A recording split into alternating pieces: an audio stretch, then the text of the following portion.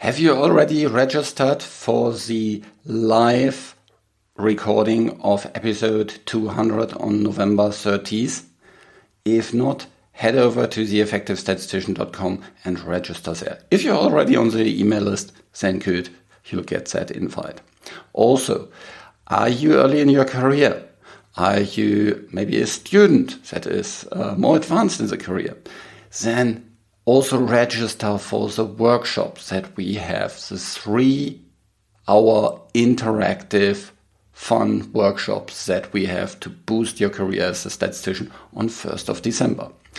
Just head over to the Effective Statistician and register there. And please tell your colleagues about it as well. You're listening to the Effective Statistician podcast, the weekly podcast with Alexander Schacht, Benjamin Pieske, and Sam Gardner, designed to help you reach your potential, lead great science, and serve patients without becoming overwhelmed by work. Today, I'm talking with Olaf Kapinski about the 4 pillars to boost your career. So, Olaf is a really interesting character. He is an IT guy that went up through the ranks of different companies and had a great career and learned quite a lot about leadership. He was applying lots of these, learning a lot about these, and now he's training others in that regard. And I have listened for his podcast for a very long time. I'm in his leadership program. And when we talked about my 4 pillars of boosting your career, he mentioned, well, how about discussing this together on this podcast? So I was really happy about this. And so stay tuned for this really nice discussion. And he has this typical German, maybe IT challenging type of thing. So I really love it, but I know that not everybody can relate to it. But I'm sure you'll learn quite a lot from this. So, stay tuned. I'm producing this podcast in association with PSI, a community dedicating to leading and promoting the use of statistics within the healthcare industry for the benefit of patients. Join PSI today to further develop your statistical capabilities with access to the video-on-demand content library, free registration to all PSI webinars, and much more. The reduced rate is only £20 for non-high income countries and £95 for high income countries. Annually, of course. Head over to PSI at psiweb.org to learn more about PSI activities and become a member today. Welcome to another episode of The Effective Statistician. And today I'm very excited because I have another podcaster here, and a podcaster that I'm following for a very long time.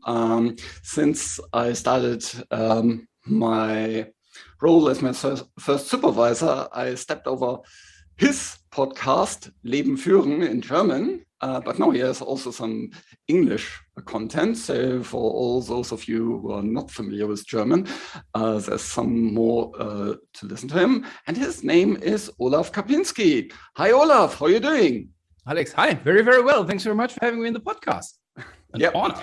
So maybe before we get started, what are the different English-speaking content things that you have out there? Of course, you have your Leadership Stars program, which I'm also an active participant of, but there's also lots of free content that you have available. My main focus is I work for and with leaders and managers in IT, and the idea is IT equals to English. At least this is my experience in the last, give or take, 20 years. It started with, 20 years ago with all the serious, the very good manuals were all in English. And nowadays, everything is English because you have partners in outside of wherever you live.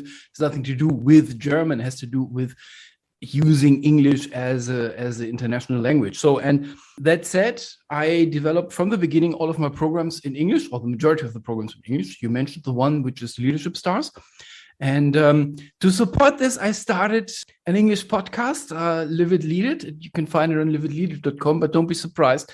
It kind of has a break since, sadly enough, now 1.5 years or something, because I couldn't catch it up and get it up. And running 2 podcasts plus a program is too much for me. I can't do it. So the Live It, Lead It podcast is there. It's very, very good content. I love it. But it's at the moment a little bit on hold. And I hope to reanimate this thing next year. Yeah. But you also can find lots of further things on LinkedIn. So follow Olaf on LinkedIn. There's always great stuff. And also there's on a regular basis, there's the Friday lunchtime. So Germany. That's the so-called business break. That's my experiment with the live stream. Yeah. It's very casual. It's very laid back. It's very, very Olaf-y. It's in German, but if a lot of people attend, then we can do this in English. I mean, it's the people who are there I know speak English, so that's kind of an I don't care of the language question. Yeah, this is all the things that I do. Play around, hope to help people. And so recently we talked about what I think is needed to have a successful career. Yep. And I was always kind of thinking about it, okay, especially if you're in the statistics space. But more and more I thought, maybe that's not only for statisticians, maybe that's for other areas as well, especially people with a more kind of technical background, I was thinking. And so we started to talk about this, how that also looks like for, maybe an IT background or data science and these kind of things. And it's about the 4 pieces of being a successful statistician or an effective statistician that I always talk about. It's about leadership, innovation, knowledge, and excellence.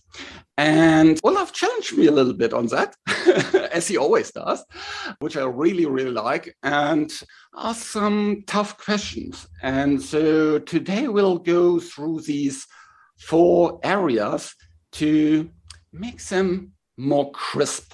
To give you a little bit better understanding what they are, how they overlap, how they maybe differentiate from each other, and how they actually work together.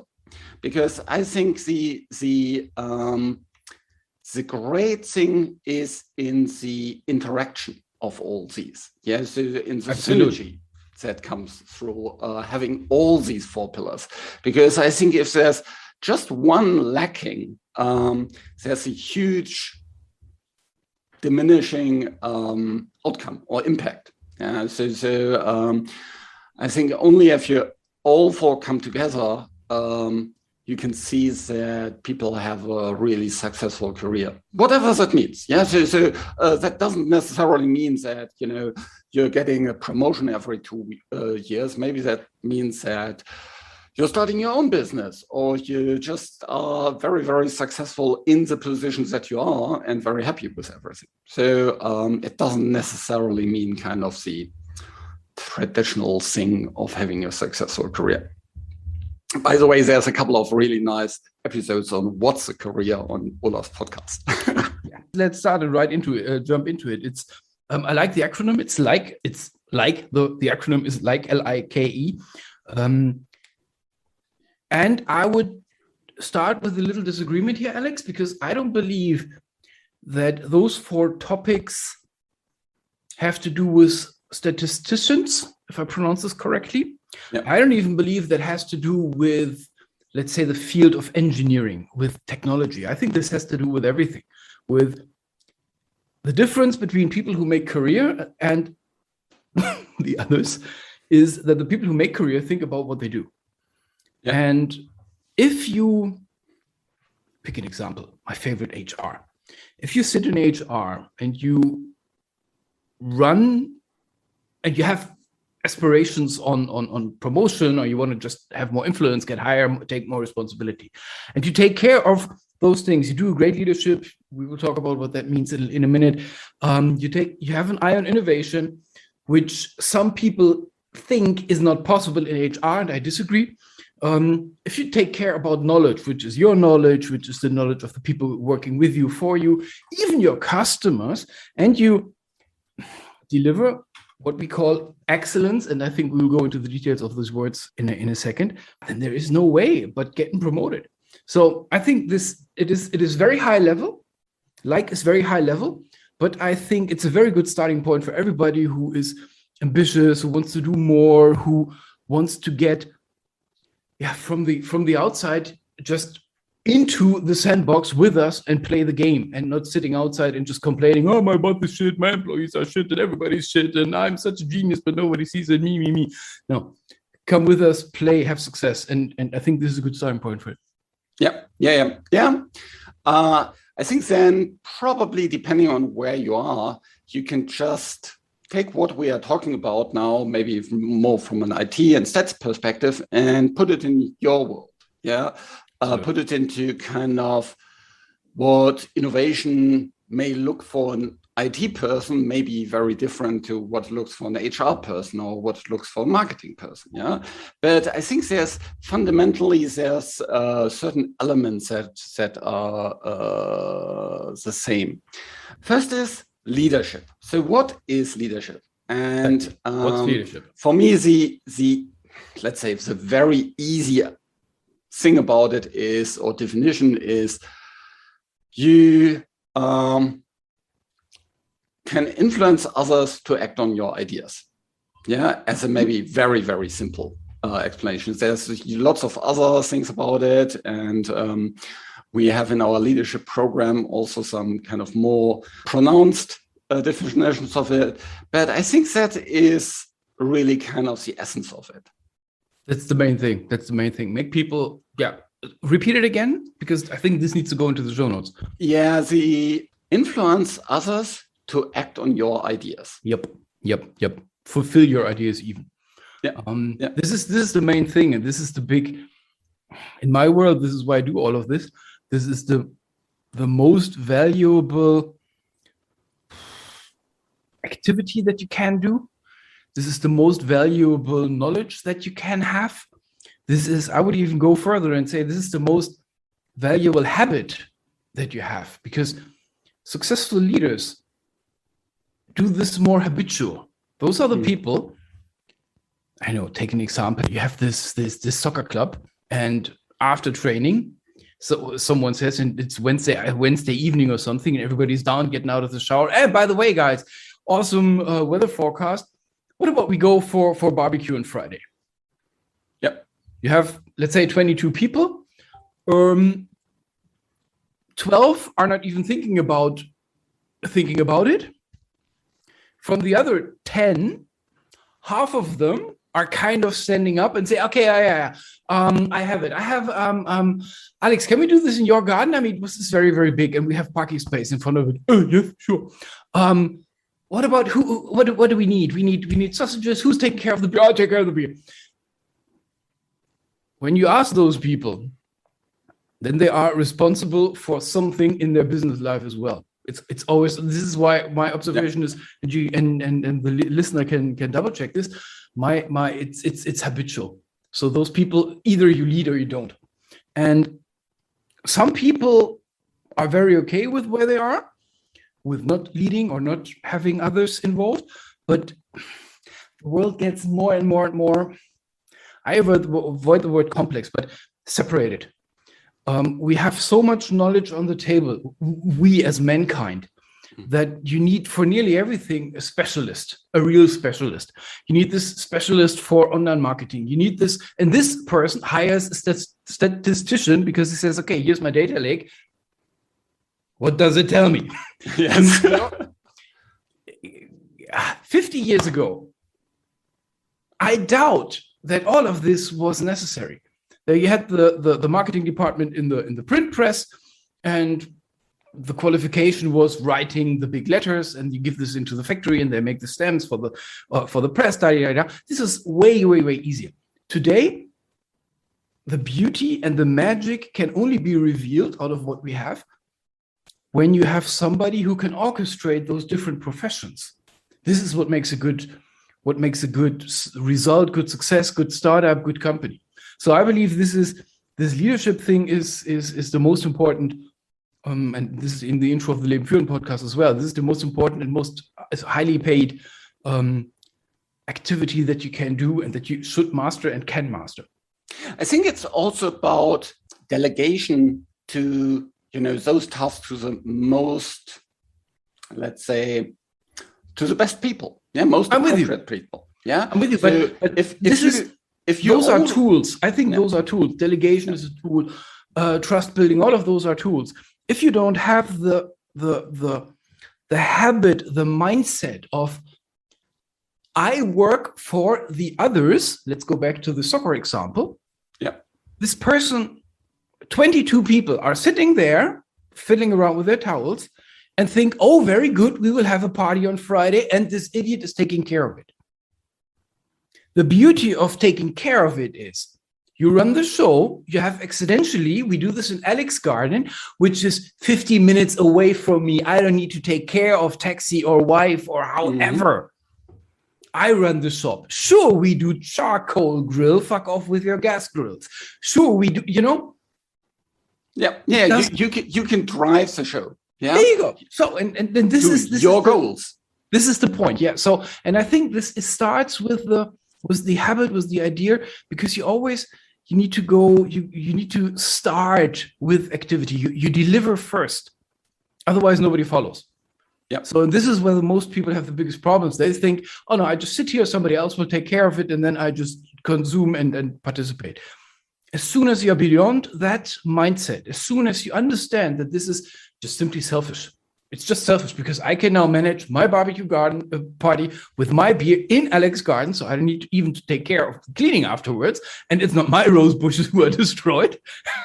So, so this is completely selfish. And as soon as I have this attitude, and as soon as I want to do this, and then I feel, well, this works at the soccer club with the parties. But I still have 10 people working with me or for me. Something, 4 of them are working like a charm, but these 2 are like, something is missing. Then we talk about tools. Then we talk about all these tools that we have in the programs. And a lot of people do delegation instinctively. You know that I'm not a big fan of instinct because instinct means you do it and you can't explain it, so you can't optimize. But a lot of people do delegation instinctively. So all of this is true, but I think this is only tools. At the very end, it's only tools. Yeah. I think it's one other idea why I think it's really, really important for a successful career is if you don't have that, yeah, then you can't leverage all the resources at your hand to reach your goals. Yeah, because then you will only, be working on someone else's goals. Yeah, you'll be the receiver in terms of delegation. You'll be, all kind of pushed and pulled in all kind of different directions. I think very easily. Let's take this soccer example, and you made a very, very good point. We can give this soccer club example a different variation. The different variation is, there is a nice weather forecast. What about we have a party on Friday? And some idiot stands up. Oh yeah, we do this in my garden. I sponsor the beer. I just go to the butcher. I do. Mm-hmm. This is kind of nice for everybody else. I know what the drivers of those people is because I work with those people a lot, but this is not leadership. This is, sacrifice, and people need to like me and they only like me when I slave around here. That's not what we're talking about. We talk about leadership, and leadership goes like, Alex, can we do this in your garden? Yeah, sure. But please, can you avoid puking into my rose bushes because I'm just, so and so on. My example was really the leadership part, and that was intrinsically delegation. Yes, can you? Everybody has a very small job, and we have a great party afterwards. Yeah. I think it's also, and that maybe is a little bit the overlap to the last part, the excellence part. Yeah, where it's about self-leadership. Yeah, so you need to know exactly kind of what are your goals. You need to have a clear plan. You need to have good habits that keep you on track, so that you know that you're working on the important things. You work on the important things with quality. Yeah, you deliver. I think that also then blends into building trust. Yeah, which is also part of the leadership tools. Absolutely. But if you don't have this kind of self-leadership, yeah, then you can't lead others. And self-leadership is kind of, that's why this goes so nicely together. You can think about it. Excellence for me is kind of more the self-leadership part, and making sure that everything is, in terms of quality, is great, that you follow up on things, that you, at least if you're, let's say, dropping a ball, you make sure that there's, nobody is surprised about it, or at least nothing, really, really bad habits happens, and that you kind of continuously improve in that area. Is this discipline what you describe here? I think it's kind of, I think it's a mix of mindset, yeah, of continuously improving yourselves, and it's consciously design certain habits, yeah.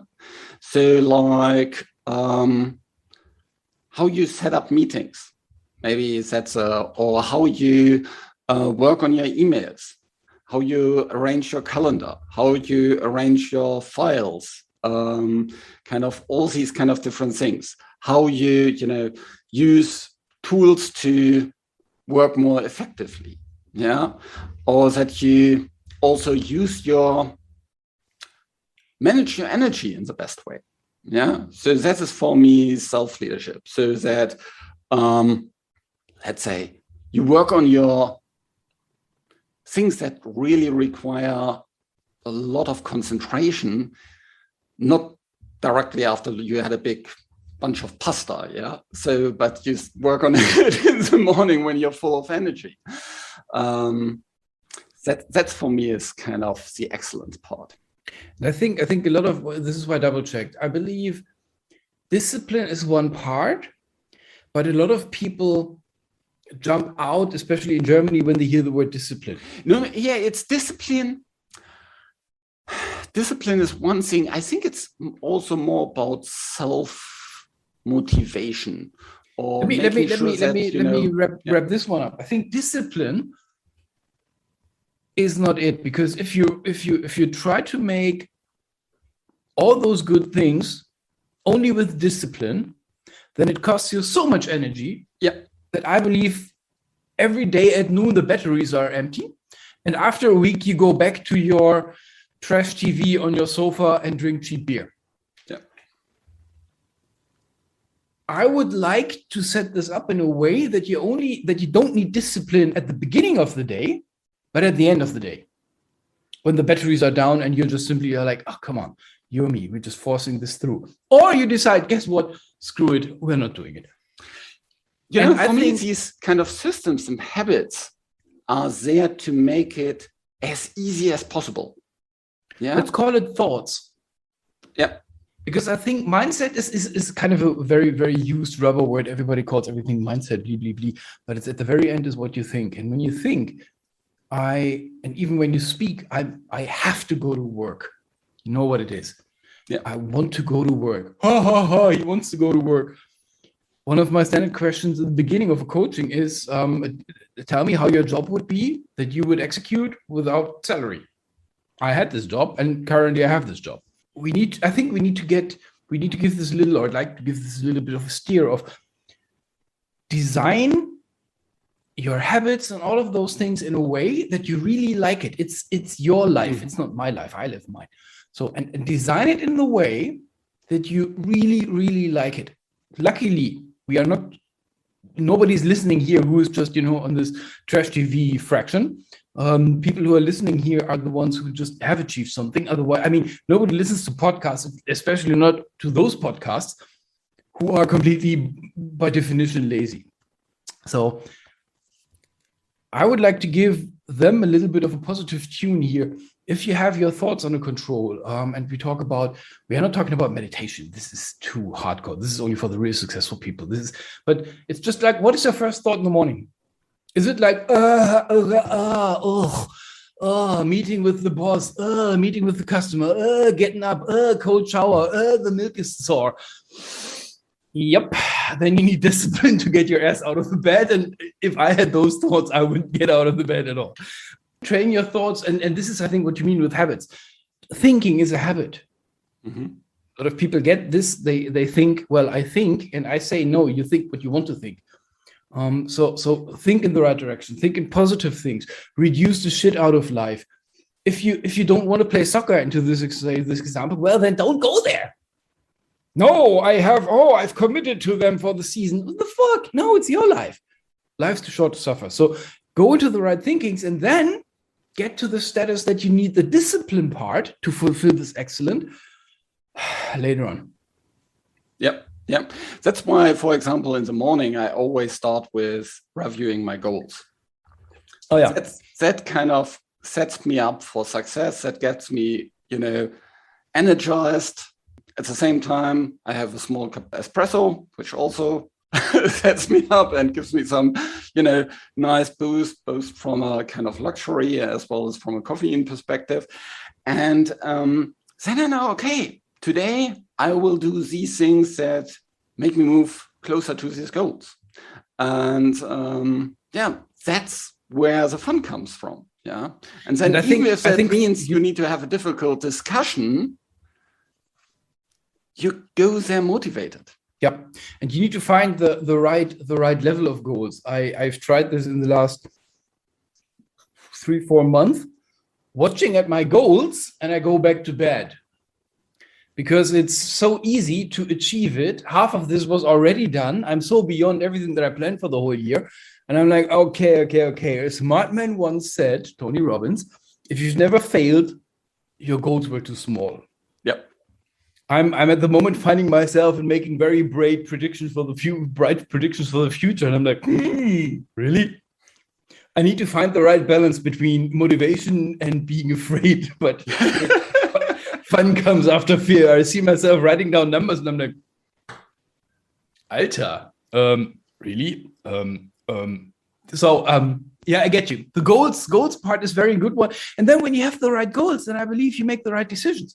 Do I really need to have this boring, useless, painless meeting? No, you don't. Then don't go there. Yep.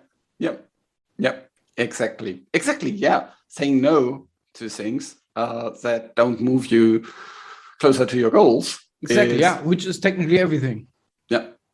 So say no to everything is a good starting point, and then convince me that I really do it. Okay, Alex, you're in the position where you can do this, and I wish your new company a lot of fun with dealing with you. But a lot of people know that what they do is pointless. It's pointless. It's a waste of time. It's good for nothing. And my advice is then don't go there. Or if you go there, then I don't know. Take care that you have something else to do in the meantime. There are those meetings, and the boss wants you to be in this meeting, and so first take care that the boss doesn't see you. Like when we talk about physical meeting back in the days, don't sit next to him, sit somewhere else, and then do something. And if it's only taking this one piece problem into the meeting, which you then chew on in your brain, have a piece of paper in front of you, and the message is do your things. Don't waste time. Time is the only thing that we don't have. I think there's also it goes together with the leadership part. If you can convince your supervisor or the person who calls a meeting that for you it's more effective to just read the minutes or to just, dial into the 5 minutes where, your specific agenda point is discussed, you saved a lot of time. Yep. And but of course you can only do this if you have good leadership skills, if you have good kind of communication skills and things like that. And of course, that's where the other point is coming in, the business part. Yeah, there's the knowledge part.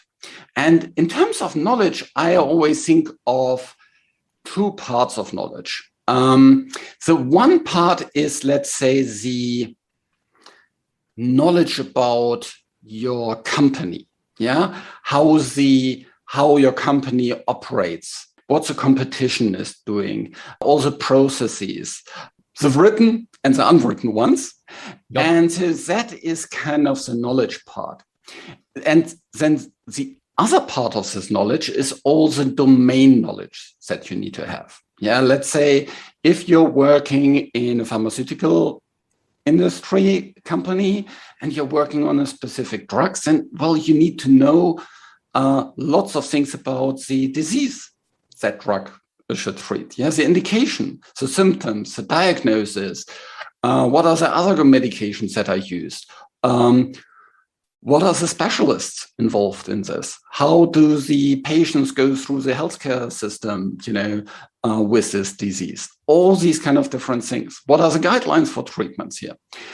So that is the second part. And if you're working somewhere else, yeah, let's say, I don't know, in marketing, yeah, then probably you need to know what's the product that you're selling and what are all the kind of competitor products? What are, the features of the product? How you can, improve the product? What are, how is it manufactured? All these kind of different things.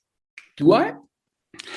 I think it helps. Well, you don't need to know all the details, but you need to know it at least so much that it helps you with your influencing, I think. Yeah. Okay, let me take the example from my realm, IT. I can easily believe that when I have 10 people who do statistics, that they can't survive only with their statistics knowledge if they don't understand what we are analyzing at the moment. Yeah. Whereas IT can easily live alone. We don't kind of need the customers. I mean, those are the people who go on our nerves, who just ask stupid questions and the boss just doesn't give me my money. And I don't need my outside world developers. They ask the customers a question and the customer gives the wrong answer or has no clue about the question and is just upset and and I thought you developed, not me. No. Why do you ask me on the color of this fucking button? IT can easily survive alone. We can operate decades. Oh, by the way, we did operate for 2 decades alone. Yep. Let's go to my question again. Do we really need any knowledge outside of our domain? I think if you want to have an impact, then you do. Yeah, I completely agree. I think the same. Impact is the word. Yeah. So because otherwise you can't influence others if you don't know where they're coming from. What are their constraints? If you don't know as a marketeer who's your competition, yeah, and what they're doing, well, good luck. Mm-hmm. Well, yeah. then you step back to the point and say, well, I'm promoting what my copywriter wrote me. Yeah. I need to know this. Yeah. I think impact is the big thing, especially, and this is why one of that was the main thing why I decided to talk to and work with IT people, because they are so incestuously isolated in their basements, in their server rooms, in their tech blah blah stuff.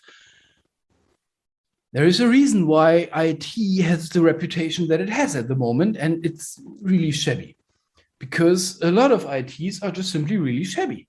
They sit in their basements and they discuss with you day in, day out the service pack of the bloody operating system. And everybody outside is like, can we just serve our customers?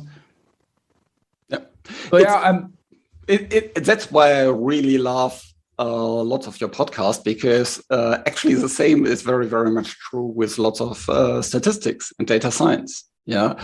There is... people are so focused on the data part and the kind of fine-tuning things there and looking in all the details that they completely forget about the bigger picture. Yeah. Then they optimize something that's not worth optimizing. Yeah. But we could. And now it's the beauty that reveals, Alex. You need to understand this. I get. Okay, I get it. And then you're just optimizing on stuff where everybody's like, "What are you doing?" I'm optimizing this. Yeah, but we made the decision 2 weeks ago. What did you do since then? Optimizing. Yep. See. And that's where kind of the last part, the innovation part, is coming in. Yeah, innovation means for me you do something different that adds value. Yeah. And that's where, for example, you do something different and you optimize something, but it doesn't add value. Yeah, because you don't have the business knowledge to understand what really adds value. Then that's not innovation. I have a problem with this definition. Yeah. Because innovation in my world seeks to deliver value, but it's not sure when we start. Well, the value generation comes later and very often, innovation. Yeah, but sometimes it doesn't. That's my point. Yeah. When we start, in my world, when we start to innovate, we have high hopes, good ideas, and we have maybe some blah, blah, bullshit, mathematic research, stupid numbers for the stupid bankers. But at the very end, it's just crystal balling. It's just guessing. You know, my favorite example on this is the iPad, Steve Jobs and his line of white powder and saying, I see a computer with no keyboard and nothing, and it's only 5 millimeters high and it has the size of an A4 paper. What? That is the incarnation of innovation. And it was not clear if this worked out. I mean, Apple fucked up the Newton 5, 6, 7, 8 years beforehand, which is technically very close to what we have now, everybody on the phone. But I believe both development processes, and I have no insights, were kind of run through the same process. They both started super optimistic. Now we take over the market. This is all genius, brilliant idea. Oh, how could I live beforehand without this? And the one went bang and the other just I think maybe I need to say it a little bit differently, that, it's changing something that has a potential to derive value. Yeah. So because innovation by itself, if you change something, and you do something new, then can always fail. Yeah. That's the point. Yeah. Well, everybody that works in the pharmaceutical industry knows it very well. Most of the candidates and drugs that we have in the pipeline will ultimately fail. And only very, very few exceptions made it to the market, and even then they can fail. Yeah, but it's also a little bit of a habit, of a kind of thinking approach to constantly look for things that are worth changing, or optimizing or improving, Worth means have a chance. Yeah. Okay. Where it's really have an impact. Yeah. So of course there's lots of maybe minor things you can change, but is it really worth the investment? In that. But it maybe be nice to have a nicer kind of signature under your email, but doesn't really have an impact. Yeah, these kind of things. I believe I'm with you. It's especially when you're self-employed, then you have everybody who is in my surroundings self-employed and is still self-employed. So that means there is a dimension of success in it, because otherwise this person would have left the market. We have one thing enough, and this is business ideas or new ideas or optimization plans or innovation or whatever, or just fancy ideas. And Bernd Gerob took me aside once and said, Olaf, when you do this blah blah particular part, how many new customers do you generate? And this is my ultimate killer question. This is the one side. Yeah. The other side, especially in bigger organizations, and I've lived a long part of my life in bigger organizations, or I wasted. This is up to the listener. There, I would agree we make a change because of the change, to avoid the fat asses to get lazy. Change itself is a habit that an organization must keep apart from, except you are public service governments, those wasting people. But if you are in the real world and a real company, the difference between fast companies and slow companies is exactly that, the habit of change. Why is Tesla so way ahead of everybody else? Not because they're a big company, which they are now, but because they're a very fast company. Why is Mercedes not getting it, not getting it, not getting it, not getting it? Because they are fed for the last 40 years. Or due to the last 40 years. So the big difference is not really speed is the new size, so to say. So I think having a change in the organization, you can sell it differently, but some of the changes I would put through only to have the change, only to keep the people used to. Yeah, we change these processes every once in a while. Change because to keep them trained on change. Mm-hmm. Because next time you have this real serious, real change, now jetzt echt, wirklich echt, and everybody is like, oh yeah, German government, oh, we never change anything, oh, we are still struggling with removing the swastikas from the old documents because we run the same fucked up processes. No, you can't do this. You can only do this when you don't have to deliver anything, when you just simply can sit there and burn money that you don't earn. But in a real company, you can't anymore. Doesn't it also come with a cost? So if you're constantly changing, you can't get into this phase where you're really, really effectively delivering, isn't it? This is where Mercedes is. They have optimized producing their cars over the last 40 years. And the result is that they can't change when the market changes with a high speed. This is what the controllers don't get and the bankers don't get and the funds don't get because they only think in 3 months. Tesla thinks in 10 years. This is a big difference.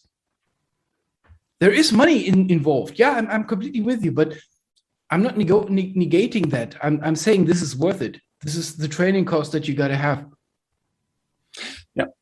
Getting back to this kind of personal space, what is, if you want to kind of be innovative, what kind of approaches or habits would you need to have to kind of stay in this innovative mindset? What do you think? Like having it or not having it, or what?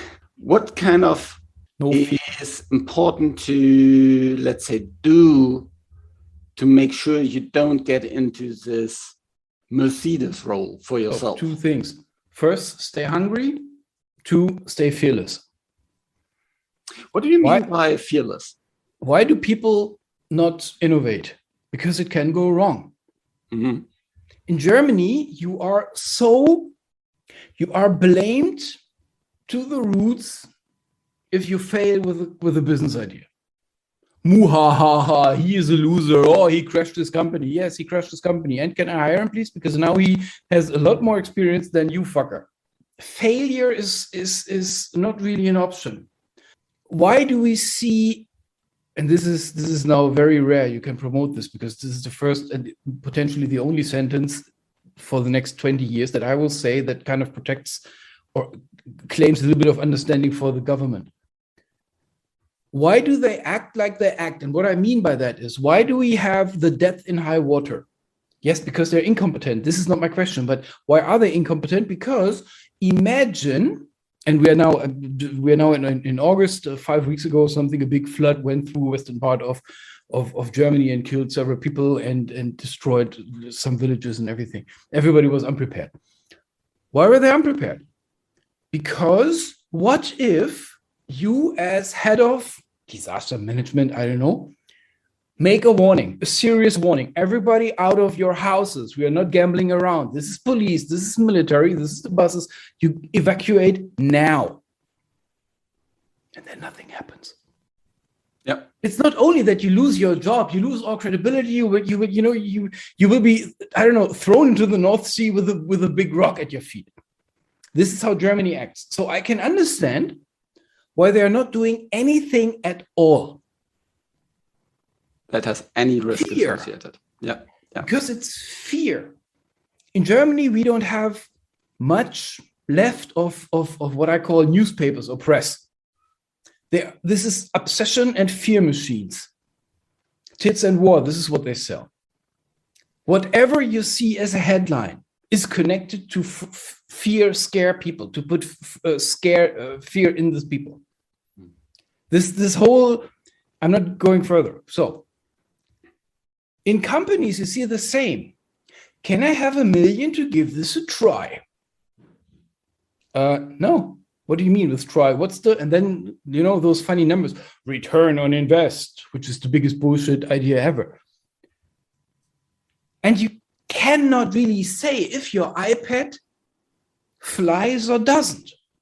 Yep. Yeah, because any number that you put to it there is kind of guesstimate. Not even guesstimate. It's simply a lie. Yeah. It's a lie. There's this when I started the business, I had to go through the same processes like everybody else because I wanted to have some sponsoring, blah blah blah, whatever. And then they asked me for a business plan, and I'm like, "Fuck you, idiot! I have no clue." Oh, you need to fill this out. And he gave me a very comprehensive Excel sheet, and I was like, "This is, you can. Where's the randomizer function? This is all bullshit." And banks and controllers and people with fear take numbers as the word of God. As soon as you have the number there, everybody believes the number, and you know this better than me. So you cannot really, and this is the mistake that I made for long years. Here's this project request, and I said, this is probably $500,000, but I don't know exactly. It's plus minus 200,000. Okay, Olaf said 500,000. No, hang on. That's not what I said, but it's written there. It's on the PowerPoint. Yeah, but you see the little star and it says 400 to 800. Okay, Olaf said 500,000. People believe in those numbers. And if you don't have those numbers, now we're at the fear part. Fear takes over. What do you mean with you can fail? So this is what I mean with being afraid of and let's put this a little bit smaller into your department. Here's this process, and this process works. And you wanna give this process, or you see that this process will be done with click, hand and mouse button. Okay, let's check for a solution on the market that can automate this mouse clicking thing. And you buy this for some €100, and somebody invests a day to get this process clicked through. Yep. Primitive as it can be, but maybe it can save us. So after this day, it doesn't work. Now you sit there with a burnt day of employee working time and some €100 of license cost. If you have to be afraid that your boss will double check and you will be the fun part in every next 4 team meetings, you will not do it anymore. This is what I mean with fearless. You need to have an environment which is fearless. You need to have an environment which accepts that the word error itself is wrong. There are no mistakes out there. There are only experiences out there. And we made some experiences that we now know don't aim into the direction that we wanted.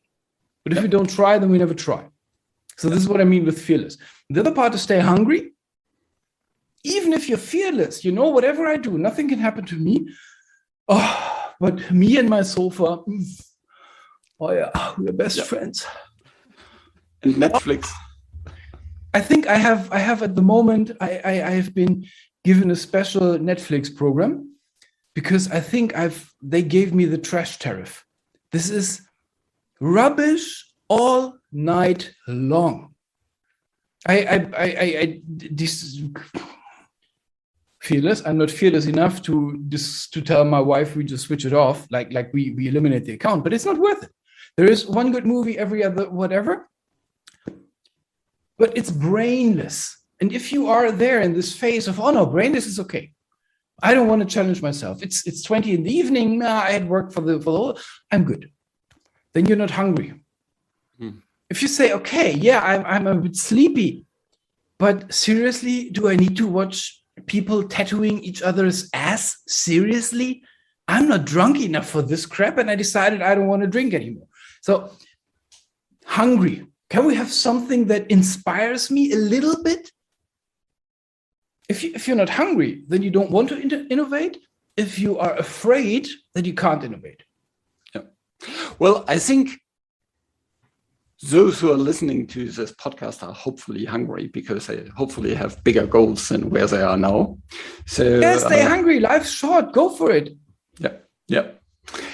Thanks so much. That was an awesome discussion that really helped to get more meat behind leadership, innovation, knowledge, and excellence, and how these different parts go together. Is there any kind of final things that you want to say to the listeners? Life's short. So go a bit more into the detail. As I said at the beginning, take care. If you take care, if you take position your job and your own responsibility in your own hands, then you make decisions. And I mean, Alex, you know what I'm talking about. You made a decision, and I had the honor to follow this decision for a long time, and I'm not going into further details. And this was a weighing discussion, but it was always, you knew where to go to, what is my next step, and then we had two different ways to discuss. So take life in your own hands. Does like help you? Your acronym, does it help you? Perfectly. Yes, sure. And will it run your career? No, it will not, because it's a very high level, very starting point. But take care, and then do the best out of it. Life is fucking short. Yeah, absolutely. Thanks so much for this discussion. And you'll find lots of links in the show notes. So there you can also then find everything about Leben führen and all the other things from Olaf. Was an honor. Alex, thanks very much. Dear listener, have a great one. Hope to hear you in the Leben führen podcast, leben-führen.de. And I spelled it in German because it's a German podcast. So see you here there. This show was created in association with PSI. Thanks to Rain, who helps with the show in the background, and thank you for listening. I hope you learned a lot from this discussion with Olaf. And there's quite a lot for you to learn, especially if you're German speaking and you can listen to his German podcast. If not, stay tuned to this one. There's surely lots of other things that I will speak about on this podcast that I learned from Olaf. Reach your potential, lead great science, and serve patients. Just be an effective statistician.